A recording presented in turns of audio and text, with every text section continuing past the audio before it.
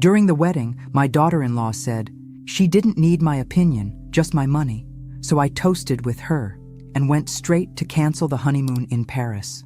This is my story of betrayal, manipulation, and how I reclaimed my voice when they tried to make me disappear. Like, subscribe, and let me know where you're watching from. The ticking of Edward's vintage watch filled my studio as I traced my finger along the blueprints spread across my desk. 7 years since the accident took him, and sometimes I still turn to share a thought with him. This watch, the last valuable family heirloom I hadn't sold to help James, kept me company in the silence. The doorbell interrupted my reverie. I wasn't expecting visitors, especially not my son. James rarely came by anymore since taking that teaching position at the community college that he abandoned for his entrepreneurial ventures. "Mom," he announced, standing in my doorway with a petite blonde woman.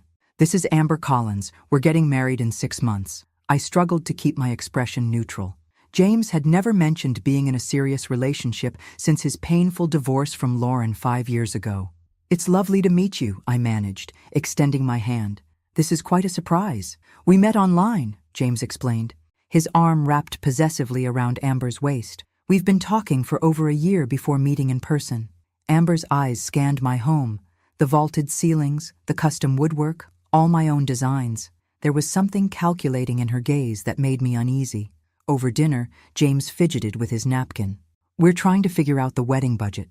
Venues in Boston are so expensive these days." "I'd be happy to help," I offered. "I sold some properties after retirement that could cover a nice ceremony." Amber's eyes lit up instantly. "James mentioned you were an incredible architect. You must have designed amazing projects." The conversation shifted dramatically. Suddenly, Amber wanted to know everything about my career, but only after money entered the discussion. "How many properties did you design in your career, Margaret?" Amber leaned forward, her interest palpable. "Over 40 major projects," I answered, watching her calculate something behind her smile. Later that night, alone again, I found an old photograph in my drawer. Edward in his professor's jacket, James as a child, and me standing in front of our first home. I turned it over, reading Edward's handwriting. "To the woman who built not just buildings, but our entire family." My finger traced his words as something cold settled in my stomach. The woman at my dinner table wasn't interested in family. She was surveying assets. "What are you getting yourself into, James?" I whispered to the empty room.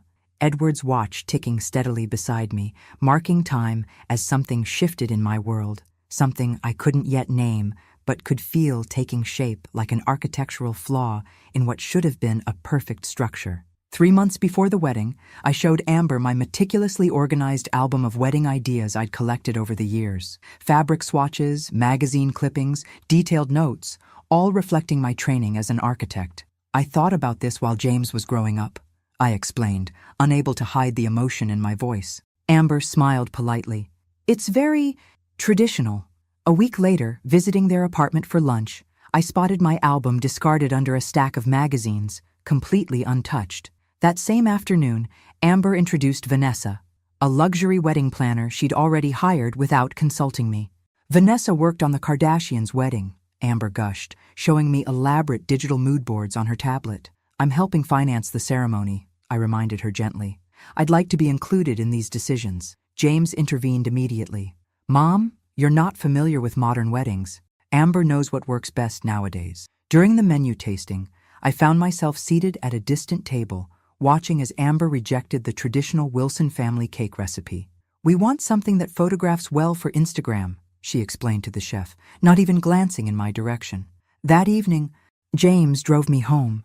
We sat in his car, engine off, streetlights casting shadows across his troubled face. "Mom, I need to tell you something," he began, fingers tapping anxiously on the steering wheel. "I've had some financial setbacks." "What kind of setbacks?" I asked carefully. "Failed business ventures. And I developed a problem with online betting after the divorce." He couldn't meet my eyes. "I haven't told Amber. She thinks I'm more successful than I am." My heart sank. "How bad is it, James?" "I was hoping you might invest in my new business idea after the wedding," he said quickly. "This one will be different.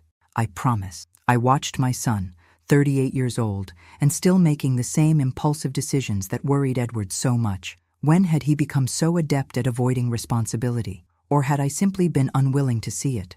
We'll discuss it after the wedding, I said finally, gathering my purse to leave. As I reached for the door handle, James caught my arm. Thanks, Mom. You've always been there for me. His words should have warmed me, but instead they landed like a weight on my shoulders. I'd always been there for him. That was true. But as I climbed the steps to my empty house, I wondered if being there for James had somehow enabled him to avoid standing on his own. Your father believed in your potential, I whispered to myself, remembering how Edward, despite his quiet academic nature, had always tried to instill responsibility in our son. But I'm starting to wonder if I've been believing enough for both of us. It was a beautiful shower at the Four Seasons, Vivian said, confusion creasing her forehead. Weren't you invited? My teacup froze halfway to my lips. What shower? Amber's bridal shower last weekend. Everyone assumed you'd declined because of your reading group. My reading group meets on Thursdays, not Saturdays. I'd received no invitation. When I confronted James that evening, he seemed genuinely surprised. Amber said you declined because of a schedule conflict. The next day, Amber appeared at my door with a bouquet of white lilies. There was a terrible misunderstanding with the digital invites, she explained with a perfect smile. Technology can be confusing for people your age. I accepted the flowers and her thinly veiled insult, but something had changed. This was the first explicit lie I'd caught, but was it James's or Amber's? At the wedding rehearsal, now budgeted at $180,000 after necessary adjustments from the original $120,000, the photographer positioned me consistently away from the main family group. The photos will be more harmonious this way, she explained, clearly following specific instructions. At the rehearsal dinner I'd arranged and paid for at a historic Boston restaurant, Amber looked around with barely concealed disdain. It's so antiquated, she commented, loud enough for her friends to hear. But I suppose it suits certain generations. Her friends laughed, looking directly at me. Later, heading to the restroom, I overheard Amber's voice from around the corner. The old lady has way more money than we thought, she was saying into her phone. James says she sold valuable properties in recent years. After the wedding, we'll start phase 2. I froze, my hand against the wall to steady myself. I'll call you back, Amber said quickly, sensing my presence. We stood facing each other in the narrow hallway, the mask of politeness slipping for just a moment before she reconstructed it. Just confirming details with the florist, she said brightly, sliding her phone into her clutch. I nodded, unable to speak, past the tightness in my throat. As I walked back to the table, James raised his glass in my direction, smiling. I tried to return the smile, but something had irrevocably broken inside me, something that even the best architect couldn't repair with mere goodwill and hope. I took a deep breath and steadied myself. I needed clarity, not emotion, to navigate what was unfolding. The structural engineer in me recognized that sometimes you need to thoroughly examine the damage before you can begin to rebuild. On the morning of the wedding, I carefully prepared my mother's pearl necklace, wrapping it in a blue velvet box as something borrowed for Amber. When I delivered it to the bridal suite, Amber barely glanced at the heirloom. Thanks, but I already have professionally selected jewelry to match the dress. She handed the box to a bridesmaid without opening it. Maybe next time. Her bridesmaids exchanged glances, one suppressing a smirk. During the lavish $200,000 ceremony, after an additional $20,000 in last-minute emergencies James had requested the previous week, I noticed how the wedding reflected nothing of the Wilson family. No traditions, no references, not even a mention of Edward. At the reception, after several glasses of champagne and encouraged by Vivian, I timidly suggested including a traditional Wilson family dance. Amber, visibly irritated at being interrupted while conversing with influential guests, responded loudly enough for everyone nearby to hear, "Margaret, dear, I don't need your opinion, just your money." This was followed by an artificial laugh and a, "Just kidding, of course," that convinced no one. An uncomfortable silence fell over the group. I sought James's gaze, but he was busy checking his phone, deliberately avoiding the confrontation. What a shame, an elderly guest murmured as I walked away, trying to maintain my composure. I retreated to a quiet corner, hands trembling slightly as I sipped water to clear my head. "Are you all right?" Vivian asked, finding me there. "I've been a fool," I whispered. "No, Margaret. You've been a mother," she corrected, squeezing my hand. "But perhaps it's time to be Margaret Wilson again, the woman who designed the Boston Riverfront Museum and won the Architectural Digest Award. Her words struck something dormant inside me. When had I last thought of myself as that woman? The accomplished architect, not just James's supportive mother or Edward's grieving widow? I straightened my shoulders and returned to the reception with Vivian, raising my glass for a polite toast to the newlyweds, my voice only slightly trembling. To your happiness. As I circulated through the reception, fragments of conversations reached my ears, Amber enthusiastically describing the 3-week Paris honeymoon I was financing, including Ritz accommodations and Michelin-starred dinners. The mother-in-law is bankrolling everything, Amber commented to a friend, unaware of my proximity. It's the least we could get considering what we scored in wedding gifts. My champagne glass nearly slipped from my fingers, but I caught it, just as I caught myself before reacting. This was neither the time nor the place, but soon, I promised myself, watching them dance beneath crystal chandeliers paid for with my life's work. Soon. I noticed Edward's vintage watch gleaming on James's wrist as he spun Amber around the dance floor. At least that tradition had been preserved, even if nothing else had. As I prepared to leave the reception, I noticed Edward's vintage watch, which I'd lent James to wear as a family tradition, was no longer on his wrist. "Where's your father's watch?" I asked as I said my goodbyes. "Probably in the hotel room," he answered distractedly, his tone unconcerned. "I took it off during photos. It's safe, don't worry." Something in his dismissive tone bothered me, but exhaustion was setting in after the emotional day. I made a mental note to follow up about it later. Driving home alone, my phone buzzed with a notification. James had removed the location-sharing app we'd installed 8 months ago after a frightening incident when he disappeared for 3 days during a relapse into online gambling. We'd found him in an Atlantic City hotel, having lost over $30,000 in a weekend, unshaven and reeking of alcohol. At the time, I'd only agreed to help him financially on the condition we maintain this temporary monitoring system for his safety. There had been no warning or discussion about removing the app, just this automatic notification. At home, emotionally and physically exhausted, I found an email from the bank alerting me to unusual account activity. When I checked, I discovered a $50,000 transfer to James and Amber's joint account made that morning, beyond the $200,000 already spent on the wedding and the $30,000 allocated for their honeymoon. Shocked, I tried calling the bank's emergency line, but it was already past midnight. I'd have to wait until morning to take action. Sleep eluded me as I tried to make sense of what was happening. At 8 a.m. sharp, I called the bank and learned how the transfer had been made. 3 months earlier, I had signed what I thought was a limited authorization for James to help with wedding-related payments. James, with his accounting background, had altered the documents for broader access. The bank manager explained that James had presented an apparently signed authorization for that day's transfer, a signature I recognized as forged when the document was emailed to me. I also discovered James had access to my banking app and had been intercepting verification codes, as I often asked for his help with complicated technology during the wedding preparations, a pattern that began when he helped with financial matters after Edward's death. As Edward's medical bills mounted in his final year, I'd given James power of attorney to help manage our finances, never fully revoking it after Edward passed. This wasn't the first incident. Over the past 2 years, I'd signed several documents James prepared during casual visits, always explaining they were just formalities or to facilitate wedding preparation. My trust in my son had prevented me from examining each paper carefully. When I confronted him by phone, James responded impatiently. "We needed extra for the honeymoon. The euro is high now, and Amber wants to shop in Paris. You have so much money, Mom. What's the problem?" When I expressed discomfort about the forgery, James audibly sighed. "Don't complicate things. You have more money than you can spend at your age. Amber is so excited about Paris." I hung up and stared at my office wall, where my architecture degrees and awards hung. Beside them, a photo of me at 45, receiving a major award for a museum project, with Edward and teenage James proudly applauding. The image now seemed to belong to another life, another woman. The next morning, I scheduled a video conference with Joseph Miller, my personal attorney and friend of 4 decades.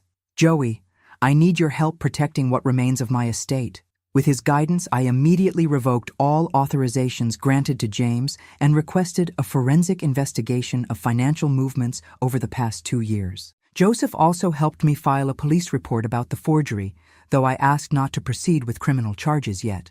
While there's basis for criminal charges for forgery, Joseph explained, adjusting his glasses, we can keep the report as evidence while deciding next steps. I nodded. I want to reclaim my power first, Joey. Then we'll decide about legal consequences. The audit results were alarming.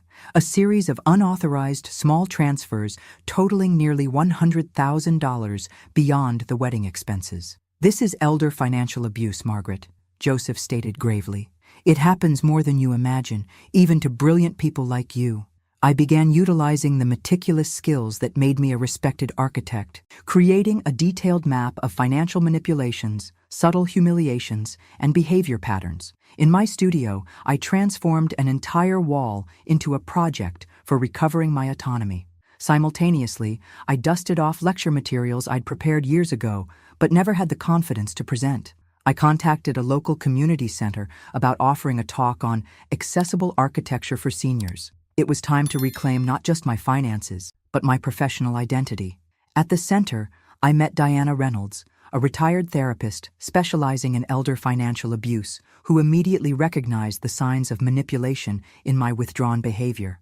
You're not the first brilliant person to be manipulated by someone you love, Diana commented gently after the lecture. And you certainly won't be the last to reclaim your power. Her words resonated deeply as I drove home, passing buildings I'd designed decades ago. I'd always understood structural integrity in architecture, how each element must support others, how imbalances lead to collapse. Somehow, I'd failed to apply those same principles to my family relationships. That evening, I received a text from James. Have you calmed down yet? Amber's talking about a house we love. We'll need help with the down payment. I stared at the message, remembering Diana's advice about establishing boundaries. Instead of responding immediately, I placed the phone face down on my desk and opened my computer. With methodical precision, I began transferring funds from my main accounts to new ones Joseph had helped establish, accounts James couldn't access. For the first time in years, I didn't rush to solve my son's problems. Instead, I returned to my wall of diagrams and added a new element: financial independence. Phase 1. My phone continued buzzing with messages from James, but I focused on my work, feeling something long dormant awakening inside me. The decisive, clear-minded architect who once commanded boardrooms and construction sites. That woman hadn't disappeared. She'd merely been buried under years of maternal accommodation and grief. Time to rebuild, I whispered to myself. Adding precise measurements to my diagram as outside my window, Boston's skyline, including 3 buildings I'd designed, glowed against the darkening sky. James and Amber arrived at Boston International Airport with newly acquired designer luggage, ready for their luxurious Parisian honeymoon. At the Air France counter, they were informed their reservations had been canceled. Confused and angry, they discovered there were also no reservations at the Ritz Paris. Desperate, they called me. I answered with surprising calm. As Amber made clear to everyone at the wedding, you only want my money, not my opinion. I decided not to offer either for now. James, caught between his furious wife and hurt mother, alternated between anger and pleading. We can't pay for this now. Everyone knows about this trip. I suggest using your credit card, I replied, with the same firmness I once used in project meetings. At 38, perhaps it's time to finance your own luxuries. I mentioned the location app. By the way, I noticed you removed our monitoring agreement, the one we established after finding you in that Atlantic City hotel last year. I suppose that means you no longer need my help in emergencies either. I had willingly paid the considerable cancellation fees for both the flights and hotel. It wasn't about the money. It was about establishing that my resources were no longer unconditionally available. The next day, I received an unexpected visit. Lauren, James's ex-wife. I saw the wedding photos on Instagram and recognized Amber Collins. I tried to warn James when they started dating 14 months ago, but he refused to listen. Lauren explained she'd met Amber 3 years earlier at a charity event. She was with another older man then, an executive. The pattern is always the same. She targets men with access to family money. Lauren revealed she'd tried several times to discuss her concerns with James. He was convinced I was just jealous. When I saw they married, I knew I needed to at least try warning you. She showed me screenshots from social media group conversations where women discussed experiences with Amber in Boston social circles, a consistent pattern of strategic relationships and financial manipulation. What really concerned me was when I learned she'd actually researched your family before coincidentally meeting James online, Lauren explained. She created a profile designed to appeal to him, knowing his interests and vulnerabilities from our marriage. I'm sorry I didn't try reaching you sooner, Lauren said, her expression pained. I thought about it, but I'm still James's mother. I finished her sentence. I understand. After Lauren left, I called Joseph to update my legal strategy. Then I contacted Diana to schedule another meeting. Finally, I called the community center director to confirm my next lecture. That evening, as I reviewed the screenshots Lauren had shared, I realized I was applying the same analytical approach I'd used when evaluating structural flaws in buildings. In architecture, identifying the problem is half the solution. The rest requires courage, creativity, and decisive action. I opened my laptop and began a new document titled Reconstruction Plan. As an architect, I'd always known that sometimes, to save a structure, you must first expose its damaged foundation, no matter how painful the process. My phone rang. James again. This time, I answered with steady resolve. Yes, I'll help you, but on my terms, not yours. We need to talk, all of us, including Lauren. Lauren? What does she have to do with anything? Everything, as it turns out, I replied, my voice stronger than it had been in years. My office, tomorrow at 2 p.m. Don't be late. While James and Amber returned prematurely from a drastically reduced version of their honeymoon, 3 days in a budget hotel in Paris, not 3 weeks at the Ritz, I initiated a methodical transformation. I renovated my home office, unearthing designs I'd archived years ago. With Joseph's guidance, I began the process of partnering with an existing foundation dedicated to accessible housing for seniors, where I would serve as a consulting architect and board member while exploring the creation of my own initiative in the future. This will protect part of your estate and give you renewed purpose, he explained. When I accepted a consulting project to redesign a community shelter, continuation of work I'd started years ago but never finished, I rediscovered the satisfaction of creative work. Simultaneously, with Diana's support, I started a discreet support group for seniors who had faced family financial abuse, a problem more common than I'd imagined. 3 weeks after the wedding, James appeared unexpectedly at my door, alone and visibly stressed. Amber found the perfect house for us. We need help with the down payment. The property, he explained nervously, was far above their budget, but Amber had already told everyone about the purchase. Why isn't Amber here herself? I asked. James shifted uncomfortably. She tried calling you several times, but you didn't answer. She thought you might respond better to me. You know, mother and son. Instead of immediately refusing or yielding as I would have before, I proposed a formal meeting. Let's discuss all pending financial matters between us next week. Bring Amber and all relevant documents. And James, I also want to know what happened to your father's watch. His face paled. What do you mean? Edward's vintage watch, the one you were wearing at the ceremony but not at the reception. I told you, it's probably in the hotel room, he muttered, avoiding my gaze. Is it? I asked quietly, because I called the hotel's lost and found. Nothing was turned in. James shifted uncomfortably. I'll look for it. Do that, I said, stepping back from the door. And James, next time call before visiting. My schedule has become quite busy lately. As he walked back to his car, I noticed something different in his posture, a slight uncertainty that hadn't been there before. For years, he'd known exactly how I would respond to his needs, with immediate, unquestioning support. Now, that predictability was gone. Back in my office, I added his visit to my diagram wall, color-coding it under attempted financial manipulation. My phone buzzed with a text from Diana. How did it go? Phase 1 complete, I replied. Meeting scheduled for next week. Remember what we discussed, she texted back. Stand your ground. You're stronger than you realize. Looking up at my wall of diagrams, strategies, and evidence, I knew she was right. For too long, I'd been the foundation others stood upon without acknowledgement. Now I was building something new, a structure where my strength would serve my own life, not just others. Later that evening, Lauren called to check in. Did James come by today? Amber's been telling everyone about this house they're buying. Yes, he did. We're having a formal meeting next week. Do you want me to be there? She offered. I have documentation that might be useful. I considered it. Yes, I think that would be helpful. Thank you, Lauren. It was strange how the woman I once viewed as the cause of James's unhappiness was now becoming an ally in protecting us both. I transformed my dining room into an almost corporate environment for the meeting, organized documents, water and coffee formally arranged, and Joseph present as an old friend who was passing by. James and Amber arrived tense, she wearing expensive jewelry I'd never seen before. After serving the dinner I'd carefully prepared, I presented a folder to each of them. Before discussing any additional financial support, I'd like to share some recent decisions. With surgical precision, I revealed I'd initiated the process of partnering with an established foundation for accessible senior housing, contributing a significant portion of my estate, including half the value they expected for the house, to this organization where I would serve as lead architectural consultant.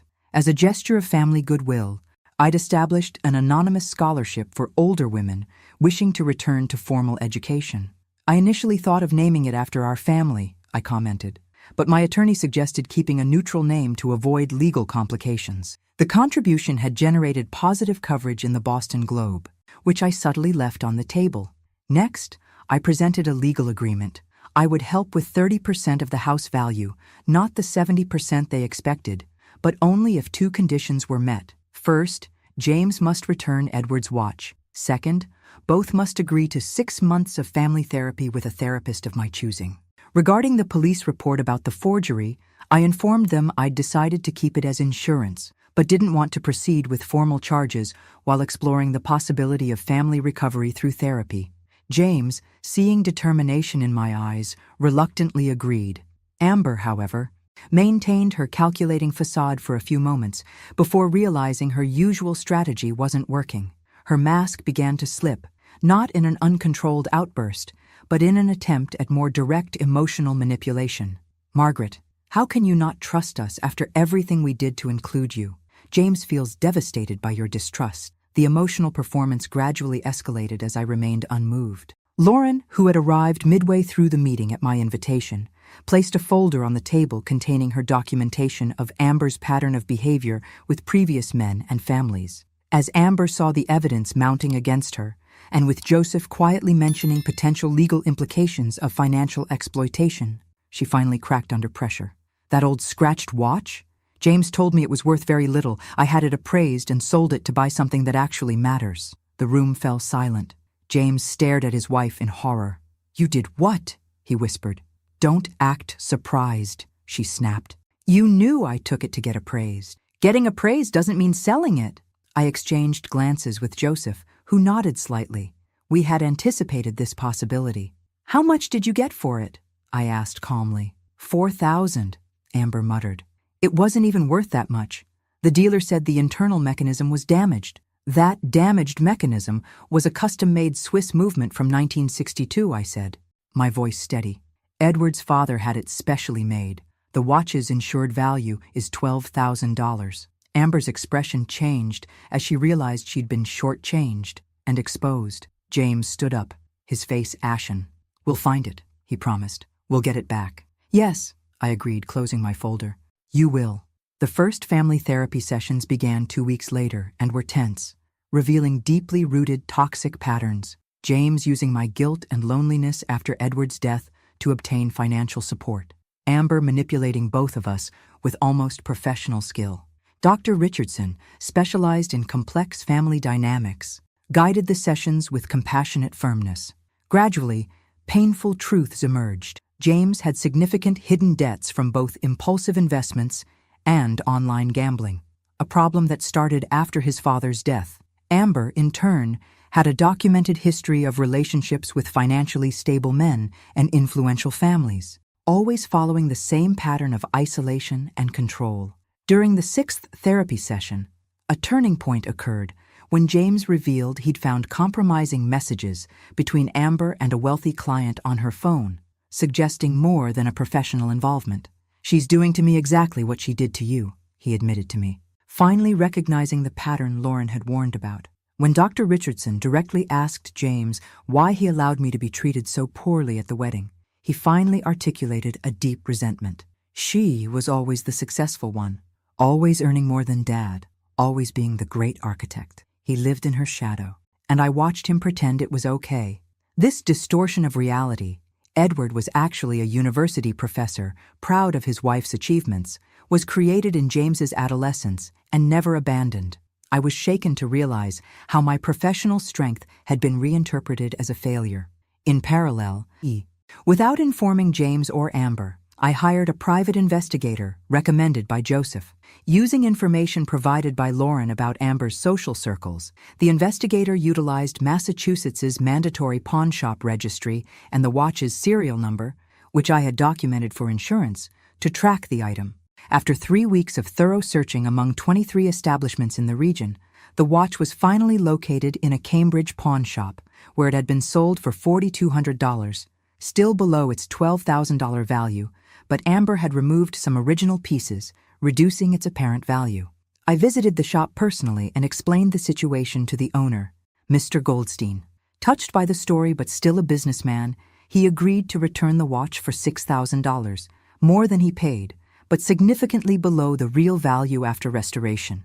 "I'm not here to profit from family tragedies," he explained, "but I also need to maintain my business." As I left with Edward's watch safely in my purse, I felt a weight lifting, not just the recovery of a precious memento, but the reclamation of my own agency and discernment. That evening, as I carefully placed the watch on my workbench to begin researching restoration specialists, my phone rang. It was James. "The therapist suggested I call," he began awkwardly. "I wanted to say, I'm sorry, Mom, for everything. It wasn't enough, not yet, but it was a start." "Thank you for calling, James," I replied. "I'll see you at next week's session." After we hung up, I looked at the watch with its intricate mechanism exposed, damaged, but not beyond repair. Much like our relationship, it would take expertise, patience, and care to restore what had been broken, but it wasn't impossible. "We'll fix this, Edward," I whispered, gently closing the watch case. "Not just the timepiece, but our family too, though it may never be quite the same." A year later, I celebrated my 74th birthday in my renovated home. The space, once a monument to the past, now reflected my vibrant present. Half residence, half educational center, where I mentored seniors on financial independence and legal rights. My partnership with the Housing Foundation, where I served as lead architectural consultant, had expanded significantly. Our Architecture of Life initiative within the larger organization had already helped dozens of people regain their autonomy through thoughtfully designed living spaces. Edward's watch was back in its place of honor on the mantelpiece, expertly restored by a specialist watchmaker. In the months following the therapy revelations, as definitive evidence of Amber's affair came to light, the marriage quickly unraveled. I, now attentive to the signs, observed the familiar process of distancing, denial, and eventual legal separation, mirroring what Lauren had described years earlier. James, now legally separated from Amber after a contentious divorce process, was in his 8th month of individual therapy to address his gambling addiction and issues with female authority figures. Our reconciliation was a slow and imperfect process, but genuine. We now had lunch together every other week, gradually establishing a new dynamic based on mutual respect and clear boundaries. Regarding the police report about the forgery, I decided not to proceed with criminal charges, considering James's recovery journey sufficient consequence for now. As for Amber, she was already in a new relationship with an elderly real estate businessman, maintaining her predictable pattern. During my birthday celebration, I received surprising news. My community shelter project, started as therapy years ago but never finished, had finally been completed and recognized in the social impact design category. A validation Edward had always predicted I would receive. Making a brief thank you speech to my gathered friends, I looked at James, Diana, Joseph, Lauren, who had become a valuable friend, and the new members of my support group who had become part of my circle. For years, I allowed myself to become invisible because I confused love with sacrifice and care with erasure. I believed that to be a good mother, wife, and friend, I needed to diminish my own light. I paused, looking at Edward's watch, now working perfectly. Today, I know that true love never requires you to disappear. I invited everyone to see the plans for my ambitious new project within the foundation, an innovative housing complex for independent seniors combining sustainability and universal design. And yes, I added with a smile, I've reserved the penthouse apartment for myself. On the drawing table, beside the meticulous plans, was an old photograph of me young and confident, standing before my first major project. Now, that photo was accompanied by a new one, me at 74, equally powerful, finally visible again, not just to others, but primarily to myself. I turned to James, who stood somewhat awkwardly at the edge of the group. The past year had aged him visibly, but there was something new in his eyes, a kind of clarity that hadn't been there before. Your father would be proud of both of us, I said quietly. Me for rebuilding, you for having the courage to face the truth. He nodded, understanding that our relationship would never return to what it was, but perhaps it could become something better, a connection between equals, not a structure built on exploitation and resentment. Happy birthday, Mom, he said, raising his glass, to new foundations. Last week, I gave the keynote address at the National Conference on Accessible Design, something I couldn't have imagined doing a year ago. As I stood at the podium, I caught a glimpse of my reflection in the glass. Silver hair elegantly styled, posture straight, eyes clear and focused. This woman bore little resemblance to the grandmother who had been strategically positioned away from family photos at her son's wedding. That woman had been trained to step back, to provide support without recognition, to give without limits.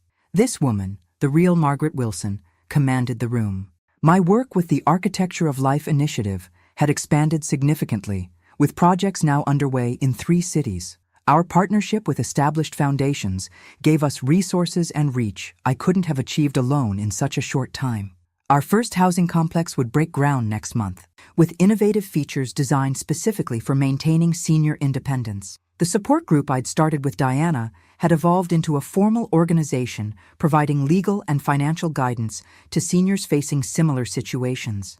We'd already helped 15 families recover misappropriated assets and rebuild healthy boundaries. James attended the conference, sitting quietly in the back row. Our relationship had found a new equilibrium, not the unquestioning support of before, but something more sustainable. He'd completed his therapy, maintained his sobriety from gambling, and recently started teaching accounting at a community college. The divorce from Amber had been finalized 6 months ago. I'd heard through Boston social circles that she'd already moved on to her next target, this time a widowed judge with considerable family wealth. Her pattern continued, predictable as ever. After my speech, a woman in her 60s approached me, clutching my recent article in Architectural Digest. Your story gave me courage, she said, her eyes bright with unshed tears. I've been supporting my adult children for decades while they treat me as nothing more than a bank account. Yesterday, I finally said no. I smiled, recognizing my former self in her nervous determination. The hardest part is already behind you, I told her, squeezing her hand. Now you get to rediscover who you are, beyond what you give to others. That evening, I hosted a small dinner at my home, now a showcase for my renewed creativity. The walls, once covered with diagrams of manipulation, now displayed architectural renderings of upcoming projects. Edward's watch, fully restored, kept perfect time on my wrist. Joseph raised his glass in a toast to Margaret Wilson, who proved it's never too late for a magnificent redesign. As laughter filled the room, I felt Edward's presence strongly, not as a ghost, but as the foundation of confidence he always believed in, even when I couldn't see it myself. Lauren, who had become an unexpected friend and ally through this journey, added her own toast to seeing people for who they truly are, both others and ourselves. Later, alone in my studio, I examined the blueprint for the community center addition I'd designed. The structure was innovative yet practical, beautiful yet functional, much like the new life I'd built from the ruins of betrayal. My phone buzzed with a text from Diana. Reminder, new member joining our support group tomorrow. 78-year-old retired teacher whose grandson has been manipulating her finances. I typed back quickly. I'll bring the blueprint exercise we discussed. Setting down my phone, I ran my fingers over Edward's watch, feeling its steady rhythm against my skin. A reminder that time moves forward, that wounds heal, that strength returns. I'm visible now, I whispered to the empty room that no longer felt empty at all. Thanks for listening. Don't forget to subscribe and feel free to share your story in the comments. Your voice matters.